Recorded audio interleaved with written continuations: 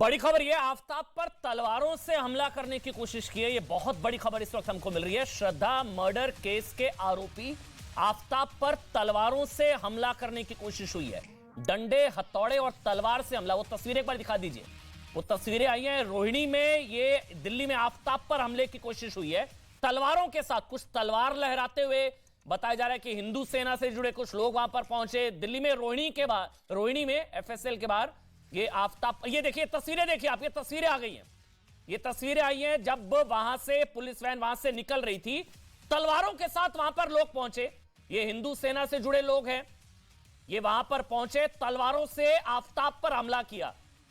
ये देखिए आप, ये अंदर आफताब है जिसने 35 टुकड़े किए। ये लोग कह रहे थे 70 टुकड़े करेंगे हम। हमारी बहन के साथ इसने ये किया है। ये लोग 70 टुकड़े कह रहे थे कि 70 टुकड़े करेंगे हम। 35 टुकड़े। ये देखिए पुलिस वाला हाथ में बंदूक, देखिए पुलिस वाले के हाथ में बंदूक है। बात वहां पर आगे बढ़ी तो फिर पुलिस वाले को बंदूक भी निकालनी पड़ी। ये देखिए पुलिस वाले को बंदूक निकालनी पड़ी। दिल्ली में आफताब पर तलवार से हमले की कोशिश बताया गया। ये देखिए तलवारें देखिए, और वैन देखिए आप, वैन के अंदर तलवारें देखिए आप, हथौड़ा देखिए वहां पर। यह आफताब पर हमले की कोशिश, आफताब से बदला 70 टुकड़ों वाला हमला। क्योंकि जो लोग पकड़े गए हैं इनको पकड़ लिया गया है। ये कह रहे थे हम 70 टुकड़े करेंगे, हमारी बहन पर इसने हमला किया। आफताब आप जानते हैं जिसने श्रद्धा के 35 टुकड़े किए। और ये लोग जब रोहिणी में एफएसएल लैब के बाहर जब वहां से पुलिस वैन निकली तो ये लोग वहां पर पहुंचे, जबरन गाड़ी को रुकवाया। तलवारें इनके हाथ में थी। आरोपी एक गाड़ी में हथियार लेकर आए थे, हथौड़ा था। पुलिस वहां पर पहुंची। उसके बाद देखिए पुलिस के हाथ में गन देखिए आप, पुलिस को बंदूक निकालनी पड़ी और फिर इन लोगों को वहां पर पकड़ लिया गया। ये लोग आफताब पर तलवार से हमला कर, लोगों के अंदर गुस्सा है लेकिन ये तरीका, भाई कानून अपना काम करेगा। लेकिन आफताब, ये देखिए, और दूसरी तस्वीर जिस गाड़ी में लोग आए थे, हथौड़ा देखिए, हथौड़ा है, साथ में तलवारें वहां पर है। तलवारों के कवर जो है वो अच्छा, उन लोगों ने क्या कहा एक बार वो भी सुना देते हैं। ये जो आए थे तलवारें लेकर, एक बार सुन लीजिए वो क्या कह रहे थे, क्यों अटैक करने आए थे, क्यों मारने आए थे, सुना दीजिए एक बार। छोटा गया है, अगली बार इसको गोलियों से काट देंगे, इसके इतने टुकड़े करेंगे। हम हिंदू हैं अपनी तरफ से, ये हमारे देश में काटेंगे। लड़की के साथ गलत किया है। हम बंदूकें भी लाएंगे, राइफल भी लाएंगे। अगर किसी बहन बेटी पे कोई हाथ उठाएगा, आप भी हमारी बहन है, हर माता बहन पे कोई हाथ उठाएगा हम मार देंगे। छोटा गया है, अगली बार इसको गोलियों से काट देंगे, इसके इतने टुकड़े करेंगे। हम हिंदू हैं अपनी तरफ से, ये हमारे देश में काटेंगे। लड़की के साथ गलत किया है। हम बंदूकें भी लाएंगे, राइफल भी लाएंगे। अगर किसी बहन बेटी पे कोई हाथ उठाएगा, आप भी हमारी बहन है, हर माता बहन पे कोई हाथ उठाएगा हम मार देंगे। ये आपने सुना, ये लोग वहां पर पहुंचे, वो बताया जा रहा है ये हिंदू सेना से जुड़े लोग संभवतः बताए जा रहे हैं। इनके हाथों में तलवार है। ये जिस गाड़ी में है इनके पास हथौड़ा है। ये देखिए आप, हथौड़ा ये लोग लेकर आए, तलवारें लेकर आए। और ये उस वैन, ये रोहिणी में हुआ है। ये रोहिणी में हुआ है। आफताब पर हमला करने की कोशिश, वो आफताब जिसने श्रद्धा के 35 टुकड़े किए, जैसे लव जिहाद का नाम दिया गया, आरोप लगे लव जिहाद के। ये लोग गाड़ी में आए, जिस गाड़ी में आए वो गाड़ी भी जब्त की गई है और अंदर तलवारें रखी हुई हैं, हथौड़ा रखा गया। इन लोगों ने गाड़ी रोक भी ली थी। ये पुलिस वाला ना उतरता तो कुछ भी हो सकता था। पुलिस वाला वहां पर उतरा। देखिए दो तस्वीरें आपके सामने हैं। आफताब पर हमला तलवारों से हमला, नंगी तलवारें लहराई इन लोगों ने और वैन पर मारी है नंगी तलवारें। फिर पुलिस वाला वहां पर उतरा, कुछ भी हो सकता था।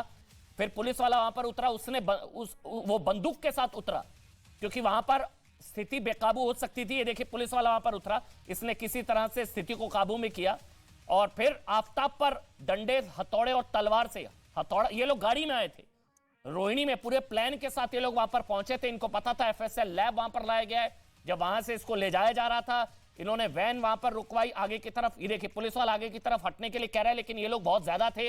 इन्होंने गाड़ी रोकी, तलवारें निकाली, हथौड़े निकाले, पुलिस की वैन पर अटैक किया। आफताब पर हमले की कोशिश थी तलवारों के साथ।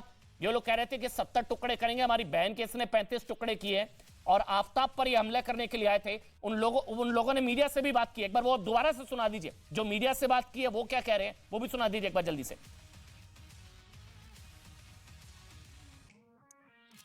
छोटा गया है, अगली बार इसको गोलियों से काट देंगे, इसके इतने टुकड़े करेंगे।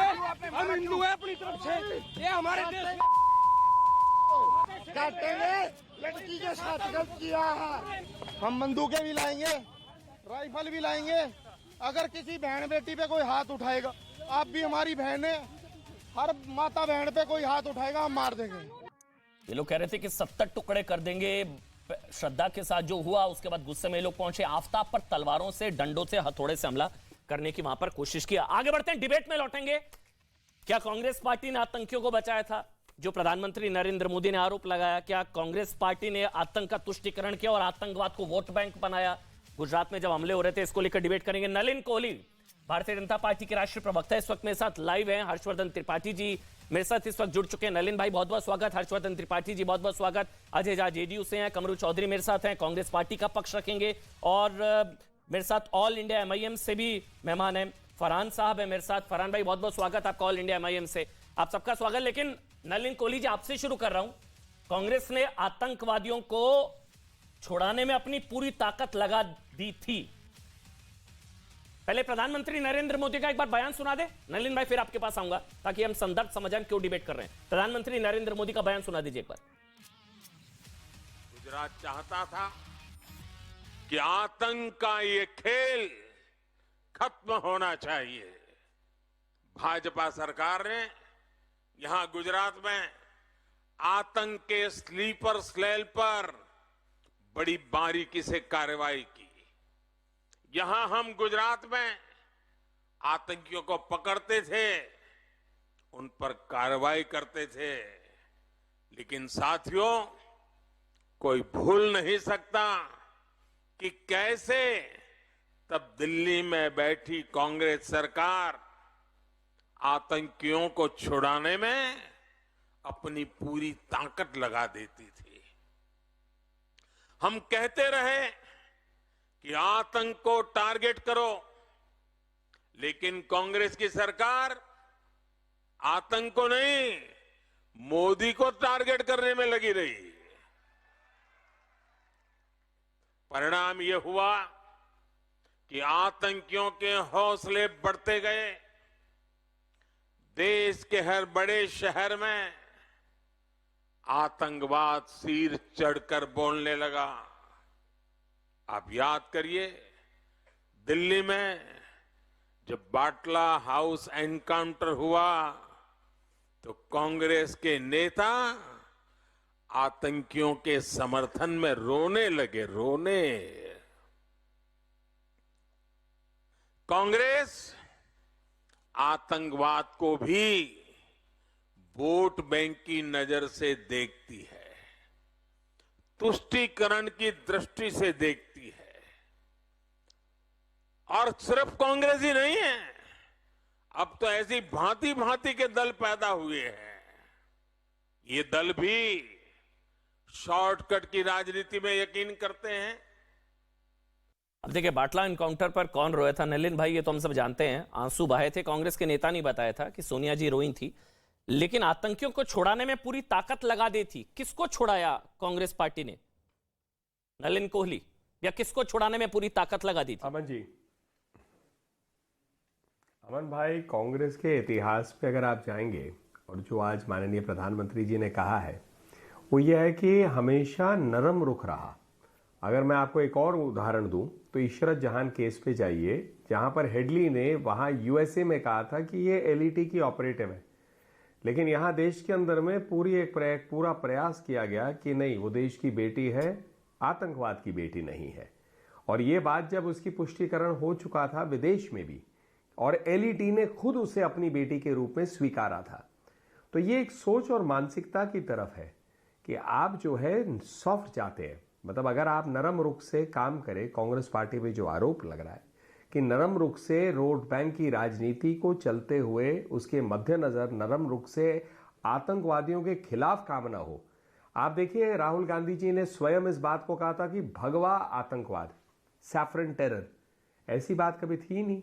एक वहां उदाहरण क्रिएट करने के प्रयास किया गया कि भाई एक नैरेटिव बने जिसमें कहा जाए कि हिंदुओं में भी आतंकवाद की सोच रहती है, उसका आतंकवाद का प्रयोग किया जाता है। तो इसीलिए ये कांग्रेस की सोच की प्रति है, और बाटला हाउस उसका एक उदाहरण है। कई उदाहरण और मैंने आपको गिनाए। किसको छुड़ाने की कोशिश की, कुछ बता सकते हैं आप? मतलब समझौता में, मालेगांव में, हैदराबाद मक्का मस्जिद ब्लास्ट में। अच्छा, आरवीएस मणि हाथ खड़ा कर रहे हैं क्योंकि वो उस वक्त गृह मंत्रालय में अंडर सेक्रेटरी जी, थे, क्योंकि उस पीरियड में, शायद हाँ, उसमें वो गृह बता मंत्रालय में थे और मैंने उनको प्रोग्राम पे देखा, इसलिए मुझे लगा कि वो इस पर जरूर पुष्टिकरण आराम मणि से। साहब, आप बता दीजिए कांग्रेस पार्टी ने किन किन आतंकवादियों को किन किन मामलों में बचाने की कोशिश की? कांग्रेस पार्टी ने आतंकवादियों को बचाने की कोशिश की, क्या ये सही है आरोप? और किसको की, किन किन मामलों में की? आरवीएस मणि, सुनिएगा ध्यान से, गृह मंत्रालय में अंडर सेक्रेटरी रहे हैं। मैं अनइंटरप्टेड बात करूंगा सर, देखिए, आपने किसको छुड़वाने की बात की? उन्होंने 26/11 में अजमल कसाब को भी छुड़वाने की बात की। I have said 26/11 was a fixed match between ISI and INC. इसके ऊपर मैं 4 साल से कह रहा हूं, इसमें कोई दोहराई नहीं। और उसके सीधा बंदूक के नोक पे मैं था, मेरे को अगवा करके, ये मेरे ग्रंथ में पूरा प्रमाण के साथ है, ये मेरे ग्रंथ में पूरे प्रमाण के साथ है। 4 साल हो गए ग्रंथ को आए हुए, मैंने दिल्ली पुलिस का लेटर तक लगाया है, उससे बड़ा पुष्टिकरण हो जाती है। पहली बात ये। दूसरी बात, 26/11 के अलावा हर बाटला हाउस में तो विवरण आ ही चुका है। समझौता ब्लास्ट में जो असली आतंकवादी थे वो तो 4 दिन में बच के पाकिस्तान निकल चुके हैं। मक्का मस्जिद के आतंकवादी निकल चुके हैं। तो ऐसे कई बार। और आपको मैं बता रहा हूं, गोधरा जब हुआ था, जब साबरमती एक्सप्रेस भरी थी, आपको एक संदर्भ पता नहीं है, लोगों को पता नहीं है। और इसमें केंद्रीय गृह मंत्रालय में इसका प्रमाण जरूर होगा या डिफेंस मिनिस्ट्री में होगा। पार्लियामेंट अटैक के 2 महीने के अंदर अंदर ये हुई थी। और वाजपेयी सरकार ने पार्लियामेंट अटैक के बाद ऑपरेशन पराक्रम शुरू किया था। Eyeball to eyeball confrontation हुई, तो गोधरा में ये ट्रेन जला के ये सारी चीजें करके, तो वो भी एक कॉन्स्पिरेसी है। उसके अंदर काफी कुछ लिखा हुआ पड़ा हुआ है, आप लोग पुष्टिकरण कर सकते हैं प्लीज। तो इसलिए जो आज प्रधानमंत्री कह रहे हैं वो बिल्कुल 100% कह रहे हैं, बिल्कुल निराधार कुछ नहीं है, ये मैं कहना चाहता हूं। धन्यवाद। बताइए, एक मिनट सर, एक और सवाल आपसे ले रहा हूं। जब पी चिदम्बरम गृह मंत्री थे, उस वक्त आप गृह मंत्रालय में थे अगर मैं गलत नहीं हूं, क्या आप लोगों पर भी प्रेशर होता था कि इनको छोड़ दो और हिंदू आतंकवादियों को फंसा दो और इनको छोड़ दो? क्या ऐसा कुछ होता था जो प्रधानमंत्री कह रहे हैं, जो नलिन भाई कह रहे हैं, होता था ये सब?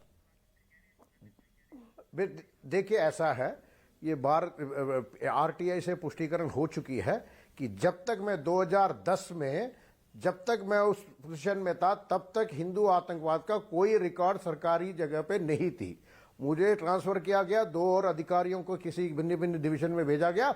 उसके बाद 17 जुलाई 2010 में पहली बार ऑफिशियल रिकॉर्ड में हिंदू आतंकवाद, वो भी निराधार, कोई भी खुफिया एजेंसी का रिपोर्ट नहीं, किसी भी आधार के बगैर उसमें डाला गया। तो ये मैं आपको साफ साफ कहता हूं, ये it is on the public remind.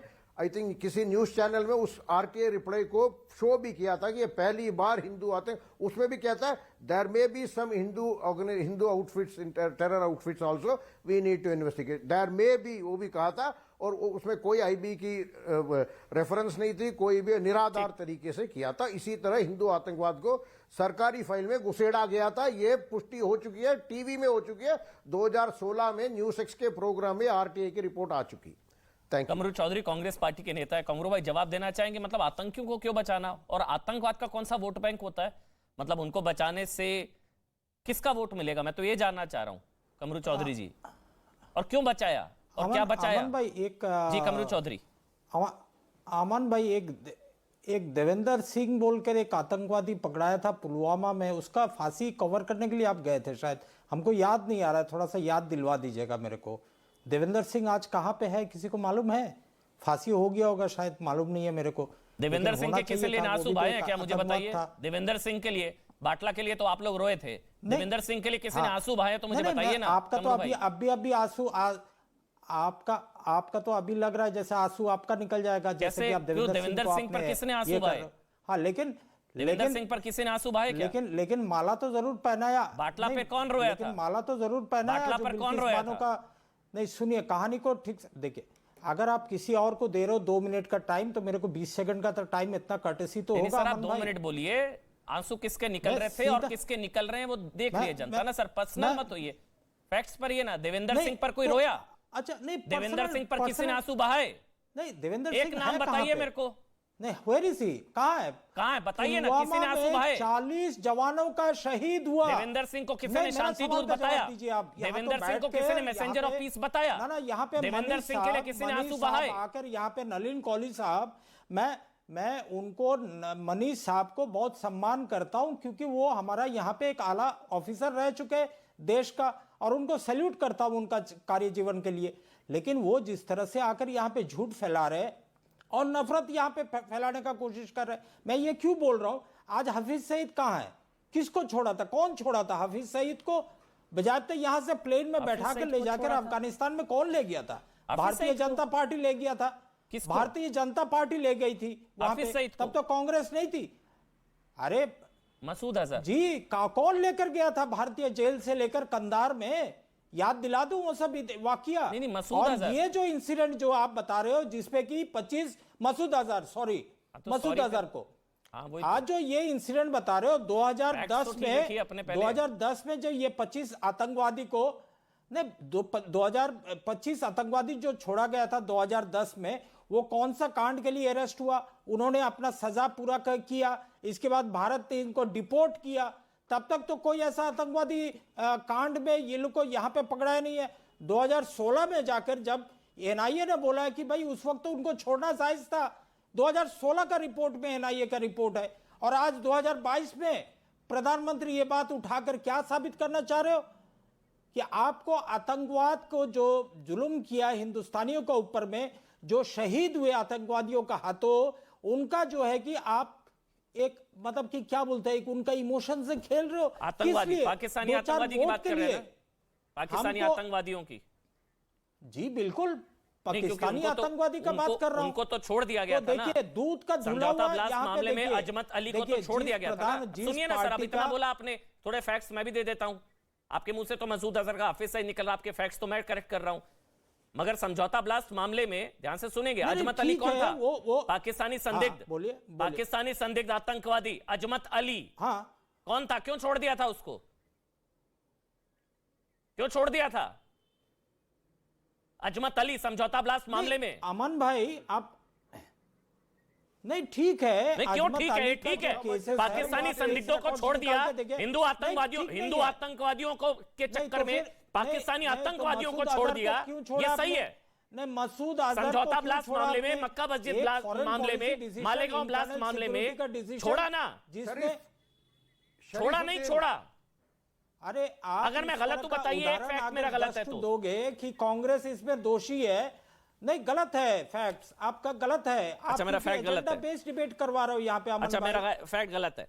चलिए फिर मैं फैक्ट बताता हूं आपको, आप सुनिए मेरी बात। आप अगर कमरू चौधरी मेरी बात सुनिए, अब मैं आपको फैक्ट बताता हूं। नहीं, मेरा गूगल करिएगा पहले सर, पहले मेरा बात सुन लो सर। नहीं, आपको मैं फैक्ट बताता हूं, आप मेरा फैक्ट बता रहे थे ना। इनका नाम है, नाम सुनिए, लिखिए, गूगल करिएगा, इनका नाम है गुरदीप सिंह। ये इन्वेस्टिगेटिंग ऑफिसर थे समझौता ब्लास्ट केस में, गुरदीप सिंह। इन्होंने पंचकुला कोर्ट में बताया, पाकिस्तानी संदिग्ध जिस पर बम धमाके का शक था, उसे 14 दिन में छोड़ा गया। पाकिस्तानी नागरिक अजमत अली को उच्च अधिकारियों के निर्देशों के बाद छोड़ दिया गया। क्यों? मक्का मामले में क्यों छोड़ा? इशरत जहां बिहार की बेटी, 26/11 संघ की साजिश। देखिए, आज याकूब मेमन की फांसी, जुडिशियल किलिंग। शहाबुद्दीन का नाम कोई लिया जाता है, सुनिए, अदालत ने क्या राय दिया उससे मतलब नहीं है सर, वो तो जायज है अदालत का राय। लेकिन आज भी किसी का नाम अगर सोहराबुद्दीन लिया जाता है तो उसके साथ में ऑटोमेटिकली एनकाउंटर आ जाता है। क्यों आता है? क्योंकि वो एनकाउंटर था वहां पे, अदालत ने सबूतों के बिना पे अपना फैसला सुनाया। लेकिन जो वहां पे चशमदीद थे, इस वक्त आपके आज सामने भी है वो ना, बोलते हैं कि वहां पे नहीं, कमरू चौधरी जो स्क्रीन है इस वक्त आपके सामने, आज भी लोग अफजल की फांसी, अफजल गुरु की फांसी सही फैसला नहीं थी। पी चिदम्बरम, अफजल के साथ नाइंसाफी हुई। मणिशंकर अय्यर, 26/11 संघ की साजिश, दिग्विजय सिंह। याकूब मेमन पर बोला था शशि थरूर ने, मैं इस बात से दुखी हूं कि हमारी सरकार ने एक इंसान को फांसी पर लटका दिया। Zakir Naik, messenger of peace. Digvijay Singh ने याकूब मेमन पर बोला कि इस मामले में न्यायपालिका की साख दांव पर। दिग्विजय सिंह, शशि थरूर, पी चिदम्बरम, मणिशंकर अय्यर, 26/11 संघ की साजिश, दिग्विजय सिंह। ये सारी चीजें क्या हैं सर? फिर मैं गलत हूं? ये सारे नेता तो सही हैं। इनको बचाएंगे आप कमरू चौधरी? नहीं, आप इन नेताओं का हवाला देकर आप कांग्रेस पार्टी को कटघरे में खड़ा करना चाहते हो। कांग्रेस पार्टी का ऑफिशियल स्टेटमेंट क्या था अफजल गुरी का फांसी के लेकर? सोहराबुद्दीन एनकाउंटर केस में क्या था ऑफिशियल स्टेटमेंट? था ना कि आज अफजल हमको की शर्म आ रहा है, फांसी हम का आज फैसला हमको सही शर्म था। आ रहा है कि कसाब हमारा को देश का प्रधानमंत्री, नलिन कोहली, हमारा देश का फिर मैं हर्षवर्धन प्रधानमंत्री, त्रिपाठी हमारा आ रहा हूं। देश का नलिन गृह कोहली, मंत्री फरहान साहब जाकर गुजरात में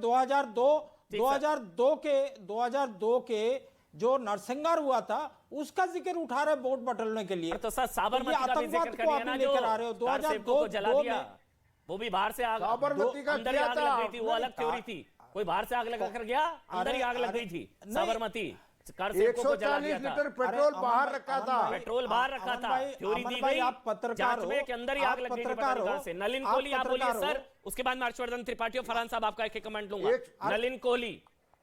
नलिन कोहली कहां से आतंकवाद ये सब आप ले आते हैं भाई चुनावों के दौरान? ये दर्द है कमरू चौधरी का। अमन भाई, पहली बात, आपने कई बयान जो है कांग्रेस के नेताओं के उनको सुनाए। अब वो उन्हें नजरअंदाज करना चाहे, उनकी दिक्कत क्या है कि उनके सबसे वरिष्ठ नेता जो आज देश को जोड़ने की बात कर रहे हैं, राहुल गांधी जी, उन्हीं का बयान था। वो भी जहां तक मुझे याद है अमेरिकन एम्बेसडर या किसी अमेरिकन जर्नलिस्ट को सैफरन टेरर।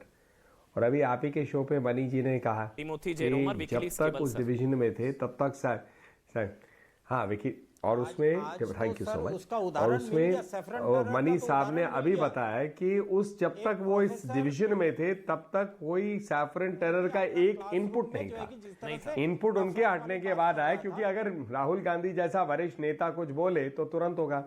अभी कमरू भाई ने एक और बात कही, उन्होंने कहा देवेंद्र का सिंह का उदाहरण लिया। जैसे आपने कहा कि किसने आंसू बहाए, बोले जी देवेंद्र सिंह में 40 लोग शहीद हुए पुलवामा की तरफ इशारा करते हुए। पुलवामा के बाद जब बालाकोट हुआ, नरेंद्र मोदी जी की सरकार ने वायुसेना सेना को छूट दी, तो क्या बोले सबूत दिखाइए, हमें सबूत बताइए। ना सेना पे विश्वास उरी के बाद सर्जिकल स्ट्राइक, ना उनको हमारे बालाकोट पे वायुसेना पर विश्वास कि सबूत दिखाइए। एक के बाद एक कांग्रेस के वरिष्ठ नेताओं ने सबूत मांगा। तो ये सब घड़ियाली आंसू है। दिक्कत क्या है कि जब आतंकवादी को देश की बेटी बनाया जाता है ताकि एक नैरेटिव बनाया जाए। क्यों नैरेटिव? इसलिए ताकि मोदी विरोध हो, गुजरात बदनाम हो, यही तो पूरी कहानी थी।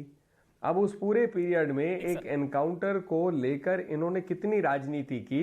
जब हेडली ने वहां पर यूएसए में एफबीआई को कहा कि ये एलईटी की है, एलईटी ने, लश्कर तैयबा ने ये भी माना। अब आ जाइए मसूद अजहर की बात की। इस मसूद अजहर के छूटने में ये तो कमरू भाई कभी नहीं बताएंगे कि सोनिया गांधी जी सहित सारे जो कांग्रेस के नेता थे कह रहे थे कि परिवारों की जो मांग है उसको पूरी करिए, हमारे लोगों को छुड़वाइए।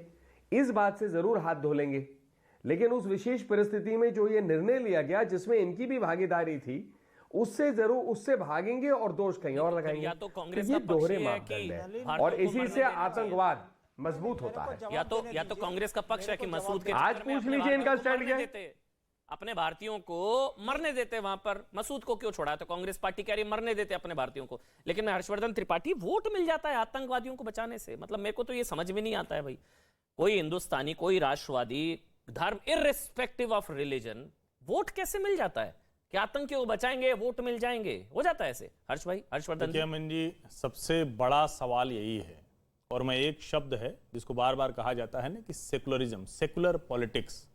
इस देश का दुर्भाग्य देखिए कि जो सेकुलर पॉलिटिक्स के चेहरे हुए, उनके लिए सबसे आसान तरीका क्या होता है कि कोई आतंकवादी घटना में फंसा, कोई आतंकवादी दोषी हो गया, उसके लिए अदालतों तक जाना।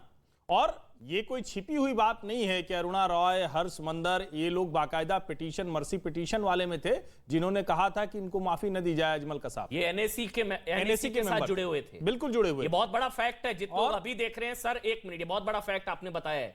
एनएसी, राष्ट्रीय सलाहकार परिषद, सोनिया गांधी के नेतृत्व वाली एनएसी से जुड़े लोगों ने कसाब की फांसी के खिलाफ उन लोगों में शामिल थे जिन्होंने राष्ट्रपति को लिखा था। ये बहुत बड़ा फैक्ट आपने बताया। हर्षवर्धन त्रिपाठी कंप्लीट करिए। और उसमें जब आप उसमें लिस्ट में नाम देखते हैं ना, तो कई बार हम कहते हैं एमनेस्टी से जुड़े हुए आकार पटेल, वो भी उसमें नजर आ जाते हैं। यस। और जब आप दिग्विजय सिंह को कहते हैं कि वो आरएसएस की साजिश कह रहे थे, तो वो ऐसा नहीं कि कोई प्रेस कॉन्फ्रेंस किया कांग्रेस ने और बयान दे दिया। बाकायदा कांग्रेस के मंच पर बड़ा कार्यक्रम हुआ था। महेश भट्ट और दिग्विजय सिंह, एक उर्दू अखबार के मुस्लिम संपादक ने बाकायदा वो पुस्तक लिखी थी 26/11 आरएसएस की साजिश। और जैसे ये मैंने कलावा पहन रखा है ना, ऐसा ही कलावा फोटो पे छपा था, तो कसाब को तो संघी घोषित कर दिया गया था। और क्या बाटला हाउस एनकाउंटर पर सलमान खुर्शीद झूठ बोल रहे थे? क्या सलमान खुर्शीद ने उसके बाद जो किताब लिखी आईएसआईएस और बोको हरम से तुलना कर दी, वो झूठ बोल रहे थे? क्या जयपुर में महंगाई की रैली पर राहुल गांधी जो बोल रहे थे कि हिंदू और हिंदू तो अलग अलग है, वो झूठ बोल रहे थे? तो ये प्रधानमंत्री जी जो कह रहे हैं कि आतंकवादियों के साथ खड़ी रहती है, और जो घटनाक्रम हुए हैं उसको तो देश देखेगा ना। और वो आरवीएस मणि जो कह रहे हैं, वो गृह मंत्रालय के अधिकारी हैं, वो तो फैक्ट के साथ बात करेंगे, हम लोग तो मीडिया रिपोर्ट्स पे बात करेंगे। एग्जैक्टली। फरहान साहब आपके पास आऊंगा, अभिषेक भाई आपके पास भी आऊंगा, ये पूछते हुए सवाल कि क्या इशरत जहां को अभी भी बिहार की बेटी आप लोग मानते हैं? छोटा सा ब्रेक ले रहा हूं, ब्रेक की मजबूरी, ब्रेक के बाद आपसे शुरू करूंगा फरहान साहब, और अभिषेक जी आपसे शुरू करूंगा। थोड़ा सा ब्रेक ले रहा हूं।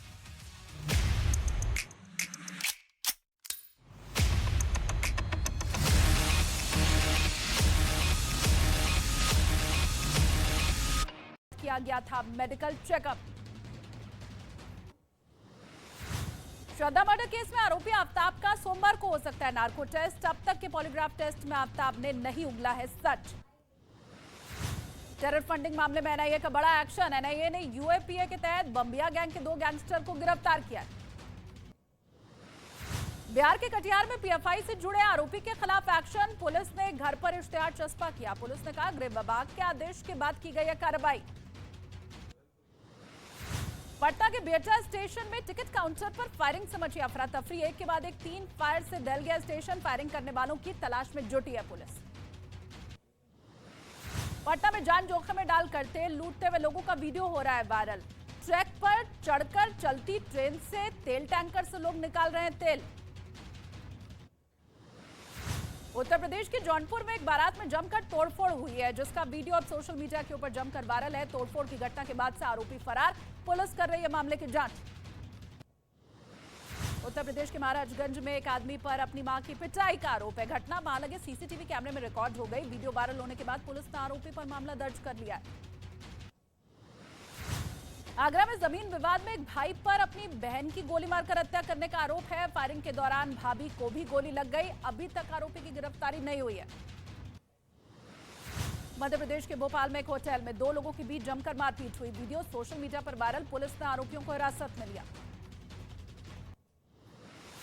उत्तर प्रदेश के औरैया में छात्रों के बीच मारपीट का वीडियो वायरल। हालांकि पुलिस वीडियो के आधार पर कर रही है मामले की जांच। पश्चिम बंगाल के मुर्शिदाबाद में अतिक्रमण हटाने की नगर निगम की टीम और लोगों के बीच मारपीट हो गई। मौके से 6 लोग घायल हुए हैं, जिन्हें इलाज के लिए अस्पताल में कराया गया भर्ती। झारखंड के खूंटी में पुलिस को ग्रामीणों ने बनाया बंधक। छापेमारी के दौरान बुजुर्ग की हार्ट अटैक से मौत के बाद गांव वालों में गुस्सा। एसपी ने दिए मजिस्ट्रियल जांच के आदेश। विकास दिखाइए ना। दलित बस्तियों में जाएंगे, आपको ना वहां सीवर का सिस्टम है, ना वहां पर रोड मिलेगी, आपको खड़ंजा मिलेगा, खड़ंजा। इसके बाद क्या ना मुस्लिम बस्तियों में चले जाइए, ना कोई स्कूल है ना कुछ है। बिल्कुल यहां पर समझिए कि त्राही त्राही माम मचा हुआ है। ये मुस्लिम बस्ती क्या होती है? अच्छा, आप मुस्लिम बस्ती नहीं जानते? आप तो बीजेपी की बस्ती जानते हैं। मैंने बीजेपी की बस्ती आपको पता है कहां है? बस्ती नहीं, मेरे को नहीं पता मुस्लिम बस्ती क्या होती है। कभी हिंदू बस्ती सुना है? अच्छा, हिंदू बस्ती सुना है? लड़ रहे हैं। अच्छा, हिंदू बस्ती सुना है अमन भाई? नहीं, मैंने नहीं सुना कभी। अमन भाई, हिंदू बस्ती सुना है? नहीं, कभी नहीं।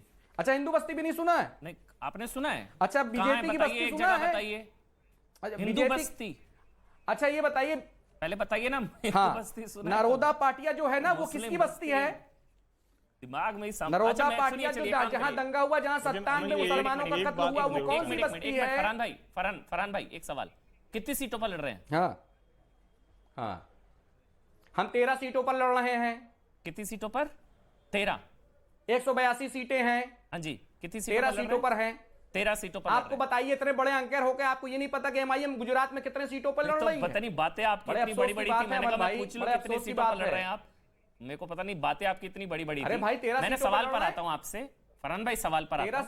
फरहान भाई सवाल पर आता हूं। फरहान भाई सवाल पर आता हूं। क्या आतंकियों को बचाने से वोट मिल जाते हैं क्या? और कहने दीजिए। अब नहीं, मैं सवाल पर आ जाइए ना, छोड़िए ना, पर्सनल नहीं होते ना, क्या फायदा है? एक बात और कह लूं, फरहान भाई टॉपिक पर आ जाते हैं ना, बड़ा पैनल है। अमन भाई टॉपिक पर आ जाते हैं। क्या आतंकियों को बचाने से वोट मिल जाते हैं क्या? फरहान भाई, ये मेरा सवाल है। जो कांग्रेस पार्टी ने किया, क्या किया? मेरा सवाल ये है। प्रज्ञा, सुन लीजिए, हाँ जी। साध्वी प्रज्ञा को शासर्त सुप्रीम कोर्ट ने जमानत दी और साध्वी प्रज्ञा को टिकट देके बीजेपी ने क्या बनाया, एमपी बनाया ना। हाँ, उसके बाद क्या नाम है, यहां पर मैंने आपको बताया नाम। क्या साध्वी जी का कन्विक्शन हो गया क्या? साध्वी प्रज्ञा सिंह ठाकुर का कन्विक्शन हो गया क्या? एक मिनट, अच्छा ये बताइए, मनोज कुलकर्णी की बेटी पायल पहले कुलकर्णी, चलिए साध्वी पर जवाब दीजिए, आगे मत बढ़िए, रुकिए, पहले आइए पॉइंट पर आइए। पॉइंट पर आइए। आपने बोला आतंकी को टिकट, सांसद, अभी आपने बोला था आतंकी को टिकट और सांसद, आपने बोला था, अपने शब्द वापिस लीजिए। क्या उनका कन्विक्शन हो गया है? आतंकवादी साबित हो गई है, हाँ या ना? मैं कोई शब्द वापिस लेने वालों में से नहीं हूं। आप मेरे जुबान आप नहीं। क्या साध्वी प्रज्ञा सिंह ठाकुर का कन्विक्शन हो गया है, हाँ या ना? अमन भाई, आप मेरी जुबान मत डालिए। भारतीय जनता पार्टी अपनों का साथ, अपनों का विकास और अपनों का क्या नाम सम्मान करती है। दलितों का सम्मान नहीं, दलित बस्ती भेजिए ना। एक मिनट रुकिए, देखिए गलत है वो सांसद। एक मिनट, क्या साध्वी प्रज्ञा सिंह ठाकुर का कन्विक्शन हो गया, हाँ या ना? मेरे भाई ये बताइए, सुप्रीम कोर्ट ने शासर्त जमानत दी, सुप्रीम कोर्ट का ऑर्डर आपके पास है, जमानत क्या भाई? अब रुकिए ना, क्या कन्विक्शन हो गया? आपने उनको आतंकवादी बोला, आपने उनको आतंकवादी बोला होने के कारणों को, अगर इस बेसिस पर चलेंगे ना तो आईएसआईएस के आतंकवादियों को लीगल एड हैदराबाद में आपकी पार्टी ने दी थी। गतिविधियों में हैदराबाद में आईएसआईएस के संदिग्ध आतंकवादी पकड़े गए थे, जिनको लीगल एड देने का काम आपकी पार्टी ने किया था, हाँ या ना? नहीं, झूठ बोल रहे हैं, झूठ, गलत बयानी कर रहे हैं। आप पे मुकदमा किया जाएगा, लीगल नोटिस जाएगी आपको। फरहान साहब, इसलिए कहता हूं बिना पढ़े लिखे नहीं बैठते डिबेट पर, जाएगी। इसलिए कहता हूं नहीं बैठते बिना पढ़े लिखे डिबेट पर। सर, आपकी पार्टी के बारे में मुझे पता है, हैदराबाद में आईएसआईएस के संदिग्ध आतंकवादी पकड़े गए थे, उनको लीगल एड देने का काम ऑल इंडिया एमआईएम ने किया था। माफियों का संरक्षण कौन कर रहा है? मेरे सवाल से मत भागिए। अगर साध्वी प्रज्ञा सिंह ठाकुर आपकी नजर में आतंकवादी, तो हैदराबाद में आईएसआईएस के संदिग्ध आतंकवादी पकड़े गए थे, उनको लीगल एड देने का काम आपकी पार्टी ने किया था। वो सही था, गलत था? नहीं, आप नाम लेकर बोलिए। मैं आपको बोल रहा हूं, हैदराबाद में आईएसआईएस के संदिग्ध आतंकवादी पकड़े गए, उनको लीगल एड देने का काम आपकी पार्टी ने किया था। काम कर रहे हैं आपकी पार्टी ने आईएसआईएस के संदिग्ध, तब आप लोगों ने कहा था कन्विक्शन नहीं हुआ अमन जी, ताकि मैंने क्योंकि उनका कन्विक्शन नहीं हुआ था, इसलिए आपने लीगल एड दी। अच्छा, आप ये बता, नरोदा पाटिया वाले सवाल पर आप इसको लगे ना, भागते हैं, बंद हो जाएगा। पहले साध्वी वाले सवाल से भाग गए, हैदराबाद वाले सवाल से भाग गए। हैदराबाद वाले सवाल का जवाब दीजिए ना। आप तो आधे भाजपा के प्रवक्ता भी हैं। अरे सर, देश की बात करूं तो भाजपा का प्रवक्ता। आपके घर में कोई आपसे सवाल पूछ लेगा, उसको भी भाजपा का प्रवक्ता बता देंगे आप? आपके घर में भी आपसे कोई सवाल पूछ लेगा, उसको भाजपा का प्रवक्ता बता देंगे आप? हमारे घर में आपके साथ दिक्कत ये है, आईएसआईएस के संदिग्ध आतंकवादियों को लीगल एड दी, हाँ या ना? नहीं है, हम लोग भाजपा पार्टी, क्या मैं गलत बोल रहा हूं? आईएसआईएस के संदिग्ध आतंकवादी हैदराबाद में पकड़े गए थे, उनको लीगल एड देने का काम ऑल इंडिया एमआईएम ने किया था, हाँ या ना? इतनी चाटुकारिता करो जितना देश को अच्छा लगे, इतनी चाटुकारिता करो जितना देश। सर, आतंकवादियों की चाटुकारिता नहीं करता ना, आईएसआईएस के आतंकवादियों की चाटुकारिता नहीं करता, देश की चाटुकारिता करता हूं और सेना की चाटुकारिता करता हूं और तिरंगे की चाटुकारिता करता हूं। हाँ, तिरंगे का चाटुकार हूं, देश का चाटुकार हूं, सेना का चाटुकार हूं, आतंकवादियों का चाटुकार नहीं हूं। हमसे क्या लेना देना? फरहान जी, 2016 में आपके नेता असदुद्दीन ओवैसी के ऊपर मामला दर्ज हुआ था, इसीलिए क्योंकि जो संदिग्ध आतंकवादी थे उनको कानूनी मदद देने के मामले में ही मामला दर्ज हुआ था। 2016 का मामला है ये।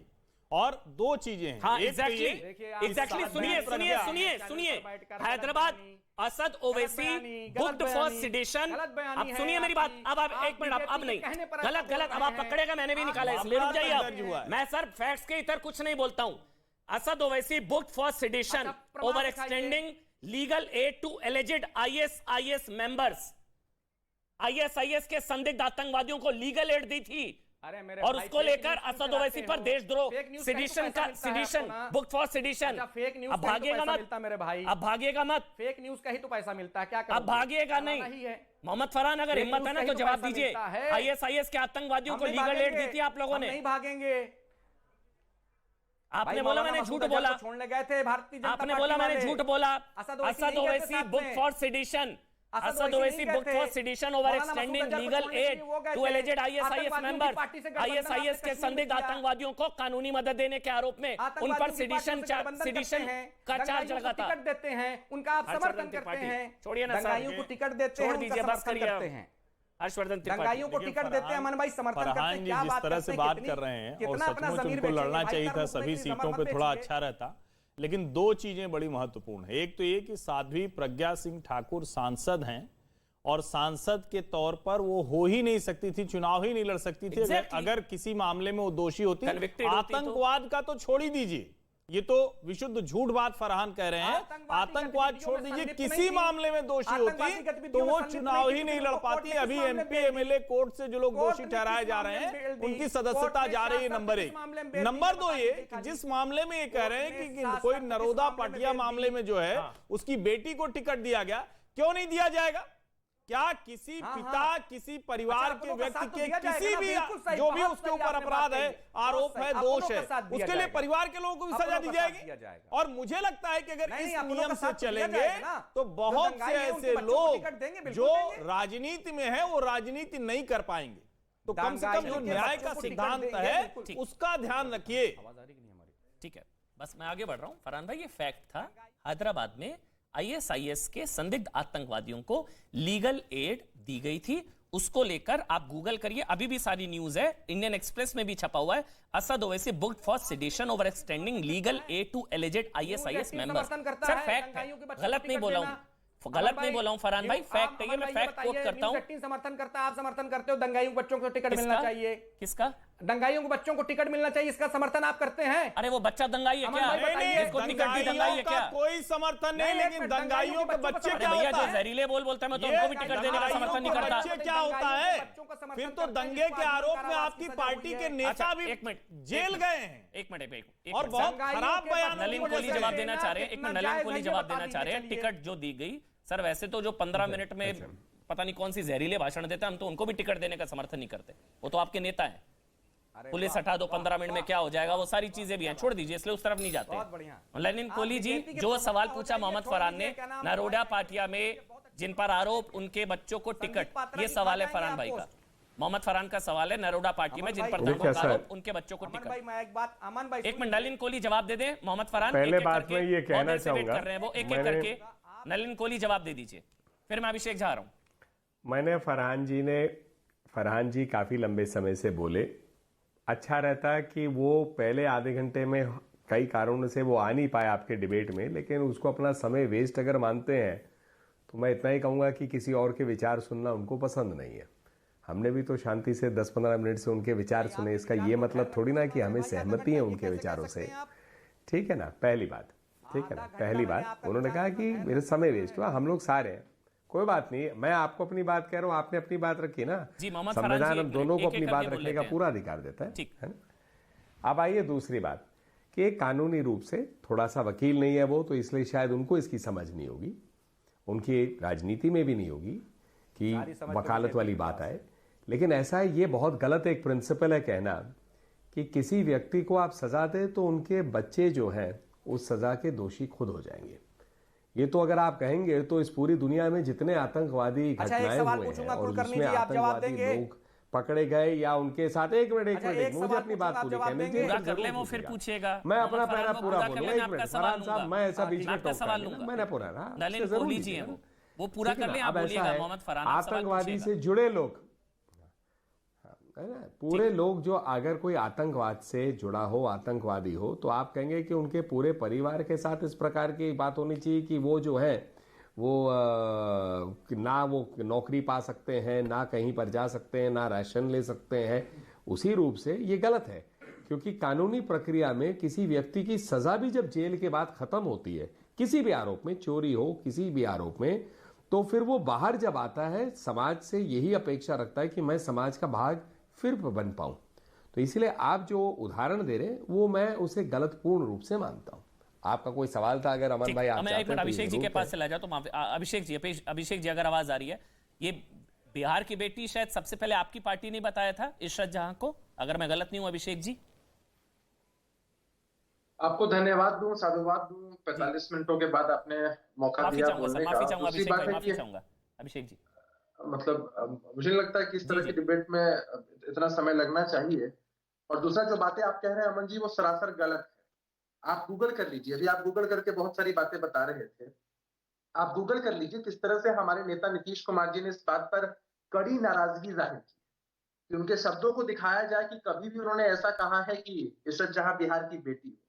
हमारी पार्टी ऐसा मानती है, हमारे नेता ऐसा मानते हैं कि कोई गलत करता है, चाहे वो किसी जाति धर्म का व्यक्ति क्यों ना हो, उस पर कार्रवाई होनी चाहिए। प्रधानमंत्री जी बहुत सारी बातें कह रहे थे। आतंकवाद का मुद्दा कोई छोटा मुद्दा नहीं है। देश की आंतरिक सुरक्षा या बाहरी सुरक्षा भी बहुत महत्वपूर्ण मुद्दा है। कोई भी पॉलिटिकल पार्टी नहीं चाहेगी कि देश की सुरक्षा के साथ खिलवाड़ हो। लेकिन प्रधानमंत्री जी के भाषण से ये समझ नहीं आता है कि गुजरात में जब उनको दिख रहा है कि उनकी सियासी जमीन खिसक रही है, तो वो देश के बुनियादी मुद्दे, प्रदेश के बुनियादी मुद्दे, महंगाई और बेरोजगारी के मुद्दे को छोड़ करके ऐसी बातें क्यों कर रहे हैं?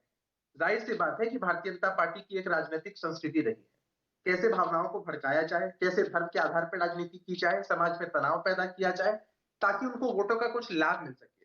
ये देश सबका है, सेक्युलर स्टेट है, डेमोक्रेटिक स्टेट है, और ऐसे प्रदेश में और ऐसे देश में अगर कोई चाहेगा कि सिर्फ भावनाओं को भड़का करके बिना काम लिए वोट लिया जाए तो ये कहीं से भी उचित नहीं है।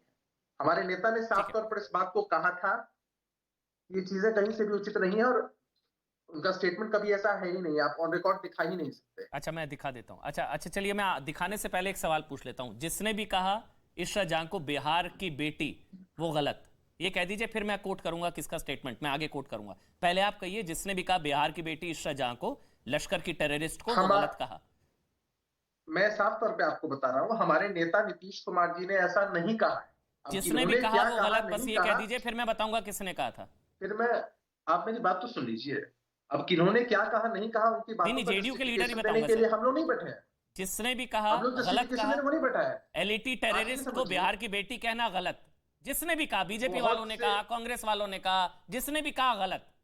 ठीक, किसी भी टेररिस्ट, किसी भी आतंकवादी, आप सिर्फ उसको इशरत जहां या किसी एक मुद्दे से जोड़कर नहीं देख सकते हैं।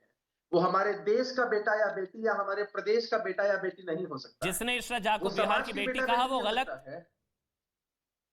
किसी भी आतंकवादी को हमारे देश या हमारे प्रदेश का बेटा बेटी कहना गलत। जेडीयू के प्रवक्ता नीरज कुमार का बयान पढ़ रहा हूं। नीरज कुमार जी को जानते हैं? आपसे सीनियर है, जूनियर है? सर हमने जब मैंने आपको नीतीश कुमार पढ़ूं मैं या ना पढ़ूं, आप जानते हो उन्होंने कहा था, पढ़ूं ना पढ़ूं आप समझ गए, उन्होंने कहा था। मैं आपको साफ तौर पर बता रहा हूं ना, हमारे नेता इशरत जहां was a daughter of Bihar, she was killed in Gujarat, what crime did she commit? वो बिहार की बेटी है जिसको गुजरात में मार दिया गया। नीरज कुमार, गलत, हाँ या ना? अमन जी, आप कितना भी तोड़ मरोड़ कर पेश करने की कोशिश करेंगे, मैं उस बात से नहीं अडूंगा। प्रभु सुनिए, मत भागिए, आप भी जानते हैं कहा है, हम किसी आतंकवादी की आप भी जानते हैं कहा है। अच्छा, हमारे नेता ने साफ तौर पर कहा था। आपके नीरज कुमार, आपके नेता ने, ये कह दीजिए नीरज कुमार ने गलत कहा था। अरे हमारे सर्वमान्य नेता नीतीश कुमार जी हैं। चलिए, नीरज कुमार ने कहा गलत कहा, ये कह दीजिए, मैं आगे बढ़ जाऊंगा। सर, मैंने नीतीश कुमार जी के बयान को कोट किया, हमारी पार्टी की विचारधारा को कोट किया। बाकी एंटिसिपेशन कोई अपने हिसाब से कुछ भी लगा सकता है, उससे कोई फर्क नहीं पड़ता है। हमारे नेता ने कभी ऐसा नहीं कहा है, और नेता इनफैक्ट इन बातों को लेकर नाराज हुए, मीडिया हाउसेस पर नाराज हुए, प्रिंट और इलेक्ट्रॉनिक मीडिया पर नाराज हुए कि इस तरह से उनकी बातों को कोट नहीं किया जा सकता है। नहीं, तो किसी भी आतंकवादी की मैं जिक्र नहीं कर रहा, मैं तो नीरज कुमार की बात कर रहा हूं। आपके कम से कम कितने दसियों प्रवक्ताओं ने कहा था बिहार की बेटी इशरत जहां बिहार की बेटी। तो सर, मैं नीतीश जी को नहीं बिठा सकता हूं, आपको क्या है? आपकी बात का कोई वजन है? आप कल को कुछ बोलेंगे तो मैं बोलूंगा ना, जेडीयू का पक्ष बोलूंगा ना। सर जी, मैंने आपसे साथ नीरज कुमार जी ने बोला ना, नीरज कुमार जेडीयू के प्रवक्ता, उन्होंने कहा इशरत जहां बिहार की बेटी।